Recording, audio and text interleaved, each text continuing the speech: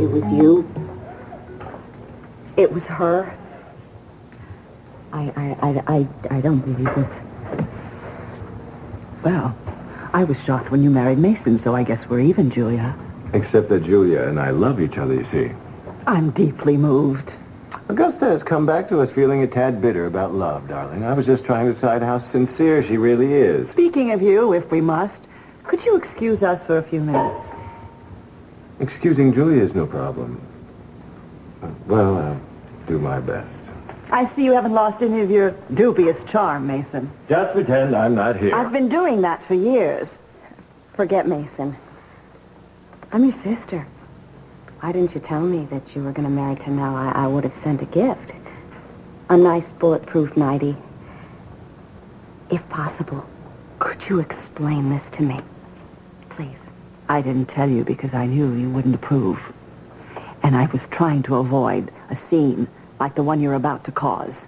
I mean, I'm sure you're aware of the kind of man that he was. I know that Anthony did not have the best reputation in the world, but I thought he was greatly misunderstood. Misunderstood? Misunderstood?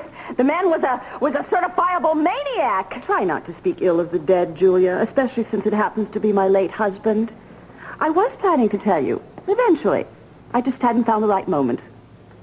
Oh, I wonder if it was going to be before they put me in the electric chair and executed me.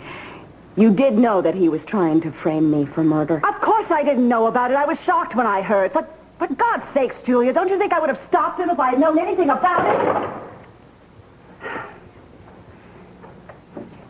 We have this very charming place in Cat Farrar, and the Bursbys were down for the season, and they are very charming people, and... Well, anyway, when I got back and Anthony told me about it, I was furious with him. I almost left you on the spot. But then you hadn't written, you didn't stay in touch. I felt very distant from you, Julia. I don't know how I was supposed to write you, Augusta, when I didn't know where you were since you were the one who walked out on me. Well, there's no point in placing the blame now. I mean, it's all in the past. No. See, you're very much in the present. You are really weird! What's happened to you? You're crazy! What is wrong with wanting to spend your life with someone who's going to give you some companionship and some comfort? I guess we should consider ourselves lucky, darling, that you didn't meet the Hillside Strangler in a singles bar. You seem to have lost your discerning eye. You're being very unfair, Julia. Anthony was rich and powerful, and he offered me the world. And frankly, I was very tired of being alone. And when Mason leaves you again, which he will, you'll find out exactly what I'm talking about. Oh, how can you be so naive? How can you have any illusions about marriage after what we've been through? The two of us. There is no fidelity, and there is no security in the holy state of matrimony. And the saddest part of all is that most women are by nature very, very easily deceived.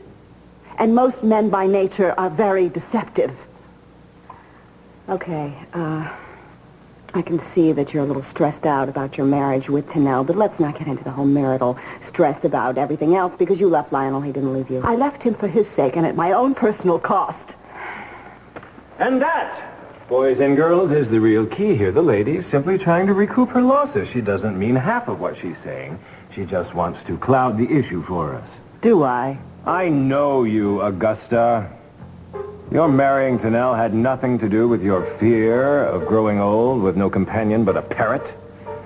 Not to mention being forgotten by the rest of mankind. No, it had to do with your going after Tonell's fortune. Tooth and claw. Hammer and tongs, as only you can. But part of that fortune which you expect to come into belongs to my family. You're welcome to some of your ill-gotten gains, but I intend to get our share of them back.